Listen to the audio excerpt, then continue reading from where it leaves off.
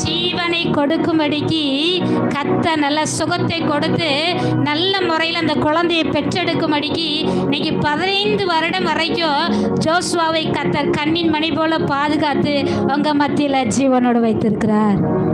ஹல்லேலூயா.